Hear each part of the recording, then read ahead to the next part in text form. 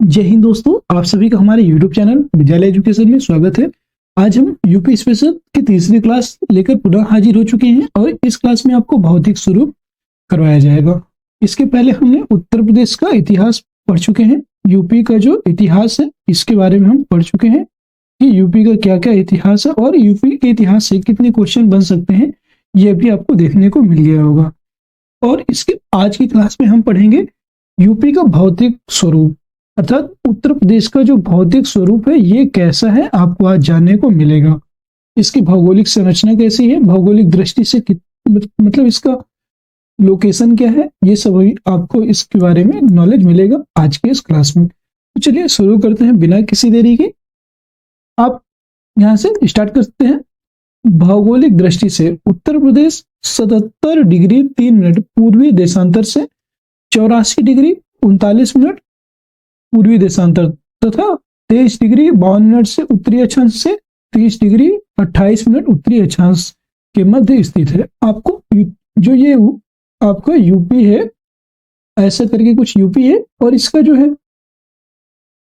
यहाँ पे 77 डिग्री, ये 77 डिग्री पूर्वी अक्षांश से लेकर के 77 डिग्री 3 मिनट पूर्वी अक्षांश से लेकर के यहाँ पे दिया हुआ है 84 डिग्री 39 मिनट पूर्वी देशांतर ईस्ट, ठीक है।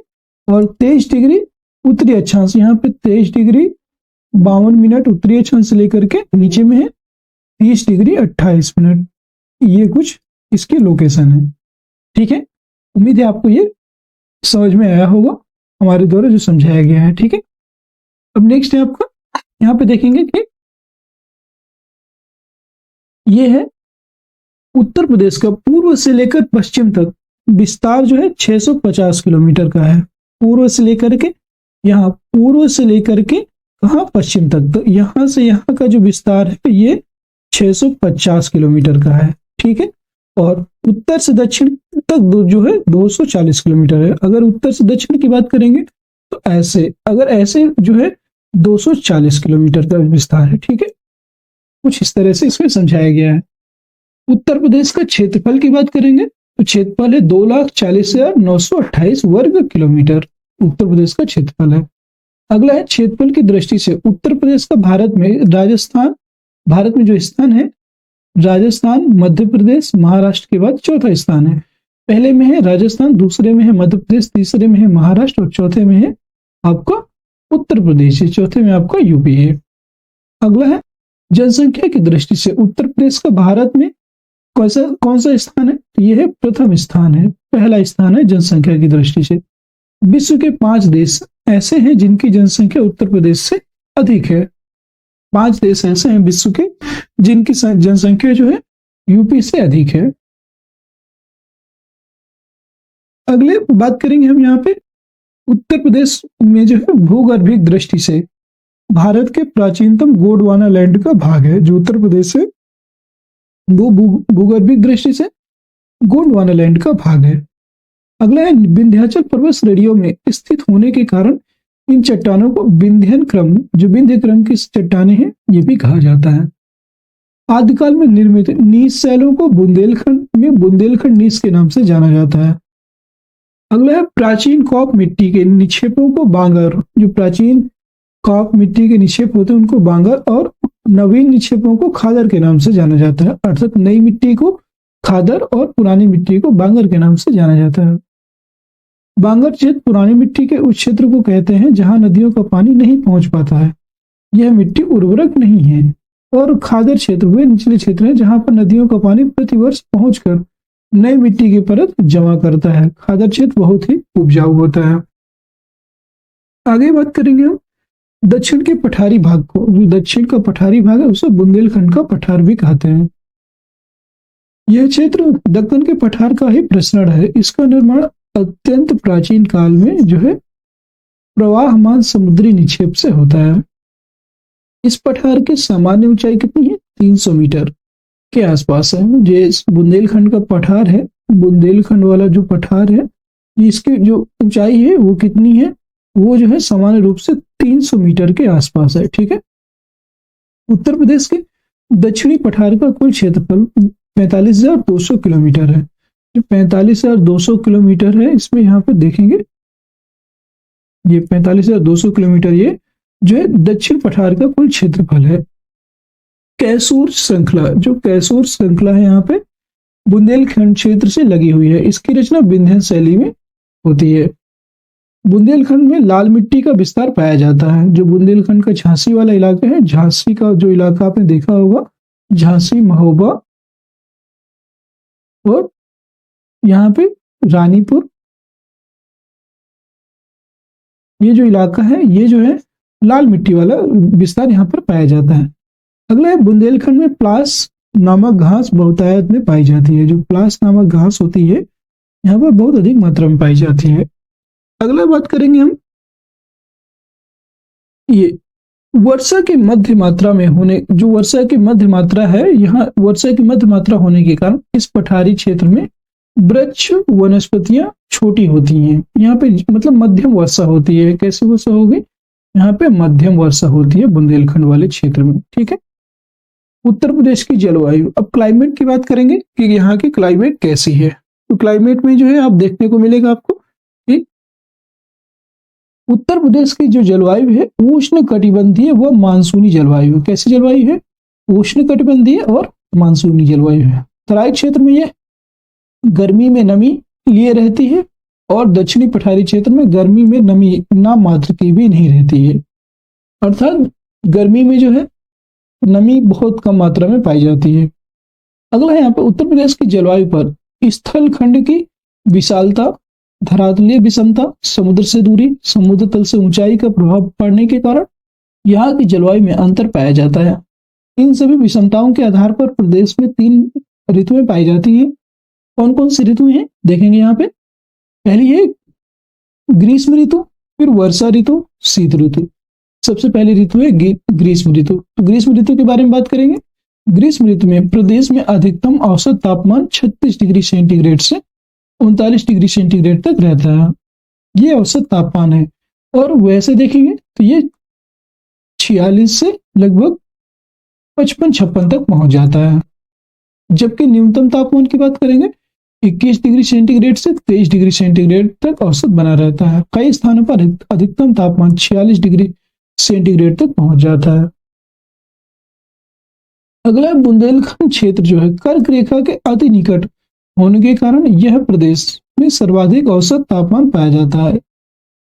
मई जून में तीव्र गति से चलने वाली पश्चिमी हवाओं को जो लू कहते हैं हम। उत्तर प्रदेश में सर्वाधिक वर्षा जो है जुलाई व अगस्त महीने में होती है। प्रदेश में वर्षा बंगाल की खाड़ी के मानसून से होती है। जो बंगाल की खाड़ी का जो मानसून है उसी के द्वारा यहाँ पर वर्षा होती है। अगला है प्रदेश में अरब सागर से सटे, अरब सागर से उठे जो मानसून से नाम मात्र की वर्षा होती है। जो उत्तर प्रदेश है यहाँ पर अरब सागर का जो मानसून होता है वहां से उठे जो मानसून उठता है वहां से नाम मात्र की वर्षा यहाँ पर देखने को मिलती है यूपी में अपने। ठीक है। अगला है जनवरी माह में पाला पड़ता है तथा कोहरा छाया रहता है। जनवरी में अपने यहाँ पे काफी अधिक मात्रा में जो है शीत ऋतु देखने को मिलती है। ये रही आपकी जलवायु वाली बात। ठीक है। इसके बाद हम देखेंगे यहाँ पे आप देखेंगे अब जनवरी व फरवरी माह में भूमध्य सागर से उठने वाले चक्रवातों से पश्चिमी उत्तर प्रदेश में 10 सेंटीमीटर तक वर्षा होती है और कभी कभी वर्षा के साथ ओले भी पड़ते हैं। इन ओलों पड़ने का मुख्य कारण क्या है? भूमध्य सागर जो है इनसे उठने वाले जो चक्रवात होते हैं इन्हीं के कारण यहाँ पर ये विषमताएं देखने को मिलती हैं, जैसे बारिश और ओले। ठीक है।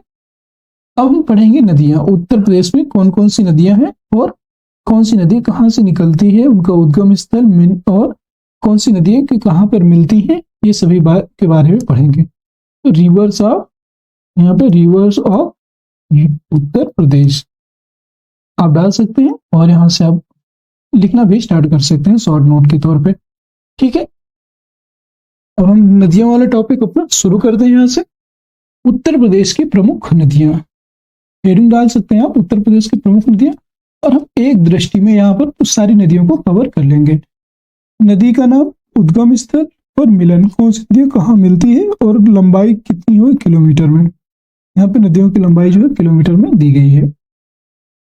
गंगा की बात करेंगे सबसे पहले, क्योंकि गंगा जो है सबसे भारत की सबसे पवित्र और सबसे प्रमुख नदियों में से एक है। गंगा ये जो है इसका उद्गम स्थल है गंगोत्री से निकलती है, उत्तराखंड गंगोत्री से, और इसका मिलन कहाँ होता है? बंगाल की खाड़ी में। इसकी लंबाई की बात करेंगे तो ये 2994 किलोमीटर है, इसकी टोटल लंबाई 2994 किलोमीटर। यमुना की बात करेंगे तो यमुना जो है यमुनोत्री से निकलती है, ये भी उत्तराखंड में है, और गंगा में जाकर के ये मिल जाती है। इसकी लंबाई की बात करेंगे 1385 किलोमीटर है इसकी लंबाई। ठीक है। घाघरा की बात करेंगे, घाघरा जो है मापचा चुंगो जो नेपाल तिब्बत है यहाँ से निकलती है, और ये गंगा में जाकर के मिल जाती है घाघरा नदी।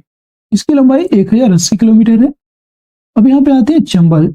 चंबल नदी की बात करेंगे तो चंबल नदी आपकी जनापाव की पहाड़ी से निकलती है, जो कि कहाँ है? मध्य प्रदेश एमपी में स्थित है ये, और ये जो है यमुना नदी में जाकर के मिल जाती है। चंबल नदी जनापाव की पहाड़ी से निकलती है और यमुना नदी में जाकर के मिल जाती है। यमुना नदी की लंबाई की बात करेंगे, सॉरी चंबल नदी की लंबाई की बात करेंगे तो इसकी लंबाई है 965 किलोमीटर, दिया हुआ है 965 किलोमीटर। अगला है आपका सोन नदी। सोन नदी जो है अमरकंटक की पहाड़ी से निकलती है, और ये भी मध्य प्रदेश में निकलती है। ये जो है गंगा नदी में मिल जाती है, और 780 किलोमीटर इसकी जो है लंबाई है। टोटल लंबाई कितनी है सोन नदी की? 780 किलोमीटर। अगला है आपका राप्ती नदी। राप्ती नदी जो है लघु हिमालय से निकलती है, नेपाल, लघु हिमालय नेपाल से निकलती है राप्ती नदी, और ये घाघरा नदी में जाकर के मिल जाती है। राप्ती नदी कहाँ बहती है? तो ये गोरखपुर में बहती है, और इसकी जो लंबाई है 640 किलोमीटर है, 640 किलोमीटर। अगला है आपका, अगली नदी है रामगंगा नदी। रामगंगा नदी भी लघु हिमालय से निकलती है नेपाल से, और ये गंगा में जाकर के मिल जाती है। इसका जो लंबाई है 600 किलोमीटर है, 600 किलोमीटर है रामगंगा नदी की लंबाई। बेतवा नदी जो है ये विंध्य पर्वत यहाँ से निकलती है, बेतवा नदी, और विंध्य पर्वत कहाँ है? मध्य प्रदेश में। यह जो है यमुना नदी में मिल जाती है। बेतवा नदी यमुना नदी से मिलती है, और इसकी लंबाई जो है 480 किलोमीटर है बेतवा नदी की लंबाई। सिंध नदी की बात करेंगे। सिंध नदी जो है नैनवास टोंक राजस्थान से निकलती है। सिंध नदी जो है नैनवास टोंक राजस्थान से निकलती है, और यमुना में जाकर के मिल जाती है। सिंध नदी की लंबाई है 416 किलोमीटर। अगला प्रश्न है आपका केन नदी। केन जो है कैमूर की पहाड़ी से निकलती है, और केन नदी की बात करेंगे तो यह जो है यमुना में जाकर के मिल जाती है। यमुना नदी से केन नदी मिलती है, और इसकी लंबाई है 308 किलोमीटर केन नदी की लंबाई है। टोंस नदी की बात करेंगे। टोंस नदी ये जो है कैमूर की पहाड़ी से निकलती है, और गंगा नदी में जाकर के मिल जाती है। टोंस नदी की बात करेंगे तो इसकी लंबाई जो है 265 किलोमीटर है। और शारदा नदी जो सबसे छोटी नदी है, और शारदा नदी का जो मिलन है मिलान हिमनद जो है, शारदा नदी जो है मिलान हिमनद कुमाऊं उत्तराखंड से निकलती है, और ये घाघरा नदी में जाकर के मिल जाती है शारदा नदी। इसकी लंबाई है 160 किलोमीटर, 160 किलोमीटर है टोटल लंबाई शारदा नदी की। दोस्तों यहाँ पे हमने जो है सभी जो रिवर्स थी यूपी के इंपॉर्टेंट जो रिवर्स थी इनको हमने कवर कर लिया है। ठीक है, और रिवर्स उम्मीद है आपको सभी कंप्लीट हो गए हैं, क्योंकि यहाँ पे लंबाई पूछ लेता है, कई बार आपसे लंबाई पूछ लेता है, और उनका उद्गम स्थान पूछता है। उद्गम स्थान ये तो आपको याद रखना है। अगला है प्रमुख झीलें। उत्तर प्रदेश की प्रमुख झीलों के बारे में पढ़ेंगे। यहाँ पे उत्तर प्रदेश में झीलों का अभाव है अर्थात कम है। यहाँ स्थित झीलों का विवरण इस निम्न प्रकार से है। एक तरफ झील दिए हुए और एक तरफ स्थान दिया हुआ। कीठम झील, कीठम झील जो है ये आपका आगरा में स्थित है। कीठम झील आगरा में स्थित है। टांडावरी झील, टांडावरी झील की टांडावरी ताल की बात करेंगे तो ये मिर्जापुर में स्थित है। टांडावरी ताल। करेला या मोहना झील की बात करेंगे, ये जो है दोनों लखनऊ में स्थित है। करेला मोहना झील।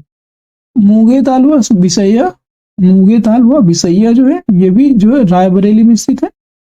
बेती या नैया झील, बेती या नैया झील जो है ये दोनों जो है प्रतापगढ़ में स्थित है। बेती तथा नैया झील प्रतापगढ़ में स्थित है। राजा का बांध या राजा का बांध लोधी ताल व भोजपुर, ये जो है सुल्तानपुर में स्थित है। राजा का बांध लोधीथल व भोजपुर। मोती और गौर, मोती और गौर झील जो है ये दोनों रामपुर में स्थित है, रामपुर। अगला है कुंद्रा समुंदर, कुंद्रा समुंदर ये उन्नाव में स्थित है, कुंद्रा समुंदर। बल्हापारा ये जो है कानपुर में स्थित है, बल्हापारा।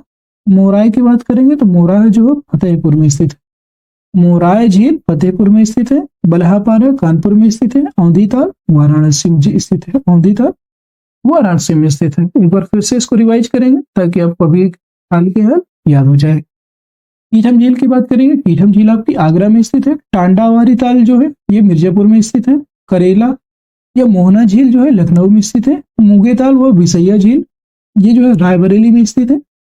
बेती तथा नैया झील ये आपके प्रतापगढ़ में स्थित है।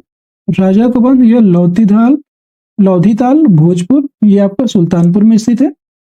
मोती और गौर ये जो है रामपुर में स्थित है। कुंद्रा समुंदर, कुंद्रा समुंदर जो है उन्नाव में स्थित है।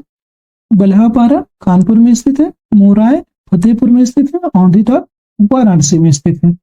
आपके यहाँ पे जो है सभी जो है झीलें कंप्लीट होती हैं। ठीक है, अब प्रदेश की नदियों के किनारे स्थित प्रमुख नगर कौन कौन से हैं ये बताना है आपको कि कौन सा नगर किस नदी के किनारे बसा हुआ है। नदी का नाम है पहला गंगा नदी। यहाँ पे गंगा नदी की बात करेंगे। गंगा नदी किस किन किन नगरों के किनारे बसे शहर है गंगा नदी के किनारे ये बताना है आपको। गंगा नदी में है पहले सबसे पहले गढ़मुक्तेश्वर, सोरों, फर्रुखाबाद, कन्नौज, कानपुर, वाराणसी और मिर्जापुर ये जितने भी नगर हैं गंगा नदी के किनारे बसे हुए हैं। अगला है गंगा यमुना संगम पर। गंगा यमुना संगम पर एक ही नगर है वो है इलाहाबाद। इलाहाबाद जो है गंगा यमुना के संगम पर स्थित है। यमुना नदी की बात करेंगे तो यमुना नदी के तट पर है जो है सहारनपुर है, मथुरा है, वृंदावन, आगरा, बटेश्वर, कौशाम्बी और हमीरपुर। ये जो है जितने भी नगर हैं सब यमुना नदी के किनारे बसे हुए हैं। गोमती नदी की बात करेंगे लखनऊ में स्थित है और ये लखनऊ जो है गोमती नदी के किनारे ही बसा हुआ है। सरयू नदी अयोध्या के किनारे बसी और सरयू नदी जो है इसके किनारे पर अयोध्या नगर बसा हुआ है। रामगंगा की बात करेंगे तो ये जो है बरेली में स्थित है। बरेली के जो है रामगंगा नदी के किनारे पर स्थित है। आगे बात करेंगे उत्तर प्रदेश के प्रमुख बांध। अब यहाँ पे उत्तर प्रदेश के प्रमुख बांध पढ़ेंगे। ठीक है, बांध, नदी और जिला ये बताना है कि कौन सा बांध किस नदी पर बना हुआ है और किस जिले में स्थित है, क्योंकि यहाँ से भी एग्जाम में क्वेश्चन पूछने की सर्वाधिक संभावना है यूपी के एग्जाम्स में। और ये जो क्लास है आपके सभी एग्जाम्स के लिए इंपॉर्टेंट है, ना कि आरओ। ये जो है आपके यूपीपीसीएस, आरओ और यूपी ट्रिपल एससी से जितने भी एग्जाम होते हैं सभी के लिए भी ये जरूरी है और उपयोगी है। देखेंगे हम माता टीला बांध। माता टीला बांध जो है आपका बेतवा नदी पर बना है और ये झांसी में स्थित है। याद रखिएगा, बेतवा नदी पर झांसी में स्थित है। आगे है गोविंद बल्लभ पंत सागर। गोविंद बल्लभ पंत सागर बांध ये जो है रिहंद नदी पर स्थित है। रिहंद नदी और ये जो है सोनभद्र में स्थित है। रिहंद नदी कहाँ है? सोनभद्र।